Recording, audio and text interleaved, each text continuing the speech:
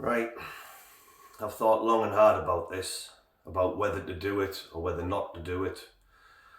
But here I am, so I'm going to do it. Last week, I got kicked off a job for not wearing PPE. Now, my argument was the PPE that I was asked to wear wasn't fit for the job. And here's why. It was long sleeve, high visibility clothing. I was hot. It was about 24, 25 degrees on the day. I was sweating. It was running out of me. There was more gravy coming out of me than out of the Bisto factory. And it was the safety manager who came over and noticed I wasn't wearing PPE. And he said to me, "Why are you not wearing your PPE?" And I said, "Because I'm hot." He said, "It's site rules." I said, "I completely understand that." Now, to put this into context, I was on a scaffold built as a mezzanine level in between level 2 and level 3 on this particular job.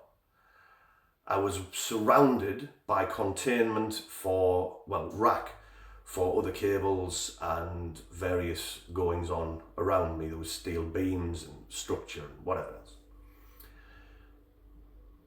I said, "I completely understand that we have to wear PPE on site. When I'm walking around site, I will wear said PPE. However, I think it is a little bit overkill to have to wear long sleeve PPE, long sleeve high vis PPE."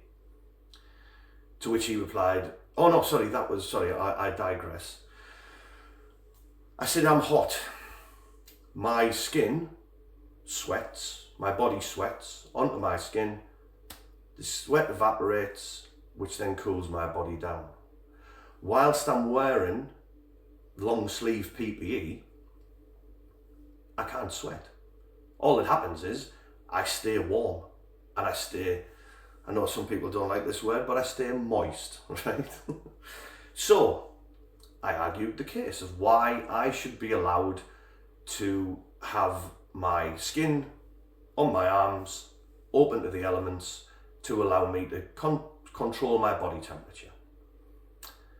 He then said, "No, you need high visibility clothing on at all times." So then I looked around me. Like I'd explained, I was on a mezzanine scaffold up in the air, effectively. I said, "What's going to knock me over up here?" To which he replied, "It isn't for that reason." To which I replied, "It's high visibility clothing, it's high vis clothing. It makes me highly visible to traffic around site. That's why it was designed. Because when we didn't wear high visibility clothing, people were getting knocked over off telehandlers, dumpers, forklifts, whatever it may be. So we made ourselves highly visible." He said, "It's to stop me scratching my arm." I don't think it is. I said, "What you should have done as a safety team is reviewed the weather conditions. In the winter time, I would gladly wear another layer because it's cold, right? You will get no arguments from me whatsoever. In the summer, when it's 24, 25 degrees, and I have to wear another layer on top of what I'm already wearing, I'm already hot. Doesn't make sense. You should have reviewed that situation and said, you know what? Men are getting warm, men are getting hot. They need to be able to cool themselves down in order to stop them overheating, dehydrating, possibly feeling faint, or even, let's say, collapsing and banging your head and whatever else." He then said, "I should take a break." I said, "Your company, who he worked for, is hassling everybody. We need this job finishing. We need it doing yesterday. How do you think it would go down if productivity levels dropped dramatically because the safety man, rather than review the PPE that he's issued on site, just said to everyone, you know what, have a break. And he did say, well, why don't you drink some water? On the site, they had one water station on level 0 at the bottom of the stairwell. Now, that's not adequate enough anyway, but the queue at that water station sometimes was 10 men deep. Men are filling bottles, obviously, to take up onto the job because they haven't got sufficient water dispensaries throughout the job. And also, just as an aside note of not having enough of something, they had one Alimac lift. This building had 9 levels, right? About 4 meters in between the levels. The Alimac was for tools, equipment, or materials. Men couldn't ride it. Men weren't allowed to ride it by the site rules. So you had to walk 9 levels to the top in 25-degree heat. That's, for me, that is bad planning on behalf of the safety team on site. I then said to another safety advisor, let's flip this thing, flip it to the other side of it. In winter time, in December or January, when it's -1, -2, the wind chill is making it feel like -5. The safety team says to people, right, you can only go on site with a t-shirt on because we don't want extra clothing which may catch on, you know, stuff that's been installed and which will drag you back and it'll jar your back maybe, or you'll fall over and bang your head, slips, trips and falls and all this sort of stuff. Can you imagine saying to men, to workmen, you can only go on site in -2 with a t-shirt on? You wouldn't dream of doing it. Nobody with any amount of common sense would suggest such a thing. So why, therefore, would the suggestion be, I know what we'll do, we'll keep in the same parameters that we've had in the winter time with excessive clothing, which you don't need because most of the job is on these 9 levels. The service yard is very, very small and the traffic movements are limited to those areas. You don't need full body high-vis. But not review it at all.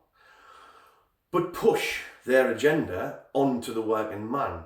I stood and talked to other contractors, and while I was talking to them, they were stood and they were wiping their brows. Some people even had a cloth to wipe their faces because they were overly sweating because they couldn't cool down the body. Now, a lot of people just get on with it, right? Well, I'm not one of those people. I don't think we should just get on with it. I think we should be comfortable at work. Our job is hard enough as it is. Construction is a physical job, no matter what trade you're in. I mean, you know, scaffolders, even painting, you know, like you're moving, you're grafting, you're sweating. You need to be able to be cool. And to have other means forced upon you which keep you from not being allowed to regulate your body temperature, I think is wrong. And I think that the safety team involved really need to have a look at it and review it. Then going to the next, I was given, I suppose, a yellow card, and they had a meeting about me and they discussed what was going on. The reply from the safety manager was, I've taken on board your opinions, but it's site rules. So, which he may as well have replied, I've listened to what you've said, I've taken it on board, but I don't care. I really do not care what you think. Because this is my site, these are my rules, I'm not going to change them, because I walk around, look at the job, and I can wear long sleeves because I'm not physically exerting myself, so I don't get hot. So I don't care about you down there. me up here who leaves site, walking over to the compound, sits in an air-conditioned office where I can remove any PPE that I have and sit quite comfortably at my desk. It's not hierarchical. It's not a situation. Everybody should be treated equal, not us at low level who are just expected to get on with it, and those up there in the office with the air conditioning expecting that it would work for everybody because they're comfortable. Now, what I'm trying to say is we need to speak up about it. I wrote a little card out. They had those cards what you put in the box. I put my name on it. I wasn't shy of not putting, I didn't want to be anonymous. I put my name on, so if they wanted to come and talk to me, they can come and talk to me. I'm not bothered about that. We need to stand up against it. If we think something is wrong, those cards are there for a reason.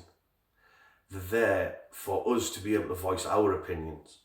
And if you think you're not getting listened to, go to the health and safety team and confront them. Now, obviously, this might happen to you. You might end up being asked to leave site. And what that is people, that's instilling fear into people, so you don't speak out against it, so you don't stand up for yourself. I'm quite happy in my job. I love my job. I like creating things. If you've watched my YouTube or Instagram or whatever, I like building a job. And that is obviously I want some money for it, but my sole purpose is when I've left that job, I want that job to look pristine. I want it to look excellent, and I want it to get online as soon as possible. Online by not mean posting on social media, actually up and running and producing whatever it needs to produce. That is the sole purpose of everybody in construction, supposedly. But health and safety seem to want to be sort of jamming an oar in to try and stop this fluidity, this movement from one end to another end. They seem to want to stop it. For right or wrong, I don't know. The next point I was going to get to is glasses, right? For me, again, it's just been, you will wear glasses because we have eye injuries in construction. Yeah, of course we do. But you don't have eye injuries walking around. You have eye injuries when you get to your work surface, your work face, where you are, if you're drilling, if you're cutting, if you're hammering something or trying to, you get them when you get there. You don't get, I'd love to see anyone show me a statistic that the eye injuries for walking around site have been dramatically lowered by wearing safety glasses. Because they haven't. I know they haven't. Because there's no such thing. At your work surface, yeah, there will be eye injuries. There will be injuries. But that is all to do with training. It's not just one swipe across the board. Someone's damaged their eye. We'll make people wear glasses. Constantly, 10 hours a day. Without any, apart from break times, without any benefit, without any rest from wearing the glasses. Now, I don't know whether my eyes are different to anyone else's, but if I wear the glasses for a prolonged period of time, by prolonged I mean 5-8 minutes or something, I get a headache. I get it from here across to here, right behind my eyes, like a band. And it hurts. It really hurts. But nobody seems to be interested. I actually raised that point with one of the safety people in the team on the job that I've just left. And she didn't care. Did not care. I said to her, so you want me to be in pain all day just to wear your glasses, which have completely no benefit to me whilst I'm walking around. When I get to where I need to get, I need to drill a hole, I'll put my glasses on. So then we've got to go back to training. How people are shown what can be done to prevent what they are possibly going to endanger themselves with. Not just a blanket, you will wear them, authoritarian stance. No, you need to train people to help people to better themselves. Not look down on somebody and say, you will do this because I've told you. That's not progress. So I then brought up, now don't get me wrong, I'm not saying I want these people to do this, because I don't, because I'm quite happy for them to have the freedom in society to be able to do this, right? But a Sikh wears a turban, as we all know. They can walk round site, carte blanche of hard hat rules. And like I said, I don't want to make a Sikh take his turban off, for God. No way do I want that to happen. But if he's not wearing a hard hat, solely on religious grounds, surely I can decline to wear certain PPE elements if they are causing me discomfort. I.e., if they're making me hot, if they're making my head really, really hurt, which it does. Her response was, we're not talking about Sikhs at the moment. I said, well, that's how you have a discourse, don't you? That's how when you're trying to prove a point, you get truths and facts that you can use in your defence to make your point to a third party. But no, she wasn't interested. She didn't care. She didn't care that I was in actual pain, nothing to do with any religious beliefs that I have. But I was actually, would have been in pain had I been wearing the glasses. Didn't care. To which she replied, maybe this isn't the job for you. Well, that job that I've trained 25 years to do is the only job I know how to support my family. To put food on the table, to keep a roof over their heads, to keep it warm, to put diesel fuel in the car. That's the only way I know how to do it. And to be thrown from a job because I thought the PPE that they were adamant that would be used on the site wasn't necessary. Just wasn't necessary. Completely over the top. So, I've made my points that I wanted to make and told you the story of why I've been thrown from site. But here's just another one of how authoritarian certain contractors can be.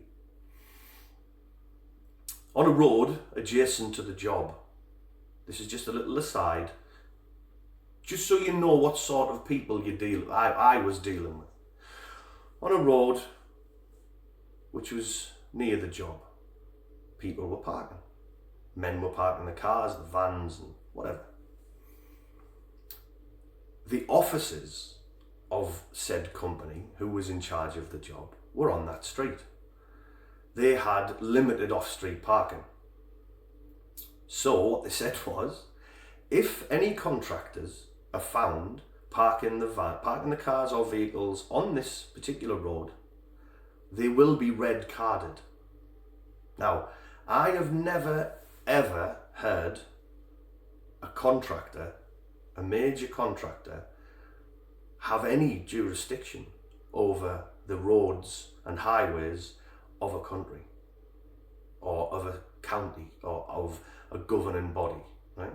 No jurisdiction whatsoever. Yet they thought it was applicable to tell people they can't park after you've paid road tax. There was no yellow lines. There was ample room in the road itself, once vehicles were parked on one side, for two cars to pass. A wagon and a car to pass. A wagon and a pickup to pass. Absolutely no problems whatsoever. But they said that local residents were finding it difficult to use the street because of the cars being parked. It was on an industrial estate. And I understand that some people do walk through industrial estates, but it was hardly a heavily foot trafficked area, right? The reason, in my mind, I might be completely wrong, but the reason that they wanted this road left was because the people that worked in the offices in the same street were having to walk quite a distance from a car park that was allotted by the site to get to the office. So they've got together in their office and they've said, right, what we'll do is we'll ban the people who've got to carry heavy tools and equipment and whatever else to get to site the people who've got to get heavy tools and equipment from their vehicle to site, we'll ban them from parking in that street so we can park there and we can carry our laptop or our file or our iPad from the car across the road into our office. That was my take on it. But how you can say you can throw a man from a site for parking on a public highway is completely beyond me. Completely beyond me. What are we up against? That is not acceptable. That is completely unacceptable. To try and have authority where you have absolutely no authority. What's that about? It's a discourse needs to happen. It needs to be brought to the forefront that the men who are on site have an opinion. We have an opinion about safety. And we need to just say, you know what, we're not being talked to anymore like we're idiots. I'm 44 years of age. I've worked in this industry for 25 years. Still got all of them. Still got both of them. Still got all of that down there. Nothing wrong with me. And that's the majority of people who work in the industry are still perfectly fine. Accidents will happen in everyday life. Accidents do happen. But it's not jump on top of people and oppress them with rules that are not befitting the job site or the job directly that they're trying to achieve. Train people. If you train people and make people aware, not toolbox talks, not safety inductions on a job, train people. Get companies to train their operatives. This is what will happen if you don't do this. This is what will happen if you do this. That type of thing. And people are, oh, well, that's invested. Yeah, it's investment that you make, it's cost. But you're investing it in your workforce and making them better and making them more aware of the surroundings. No, don't just put your thumb on them. Do that. Because that's not going to help anybody. That's not the way that we worked, like I said earlier on, from one end across to the other end until it's complete. If everybody understood how it gets completed, then people would be more open to go, you know what, yeah, that's that, but they don't want that. They don't want people to be, you know what, I think we should do it this way. It could be the best idea you have ever heard, but nobody will listen because it's one of us down here who is saying it. Not one of those sitting in the office. It's wrong. Train people to be aware of the surroundings, but listen to people when they talk to you. Because nobody listened to me. And I'm going to leave that there now because I've rabbited for nearly 25 minutes. If you got this far, I congratulate you. And if I met you, I'd shake your hand. Because it must have took a lot of listening to. But I felt like I had to make it.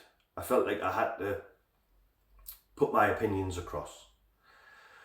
And hopefully, I will see you on a job one day. And we can have a talk about it. And we can try and make people. And by the way, if you are a manager watching this, or you're a safety advisor watching this, I'd love to hear your opinions. Because I understand safety is necessary. But how necessary is the oppression factor that's being pushed now? It isn't necessary. Training is the way forward to make people understand, and once people understand, their environment will become safer with them in it, because they will accept their responsibilities. So anyway, it is 25 minutes now, so I'll see you in a bit. Little thumbs up. See you on the next one. Thanks for listening.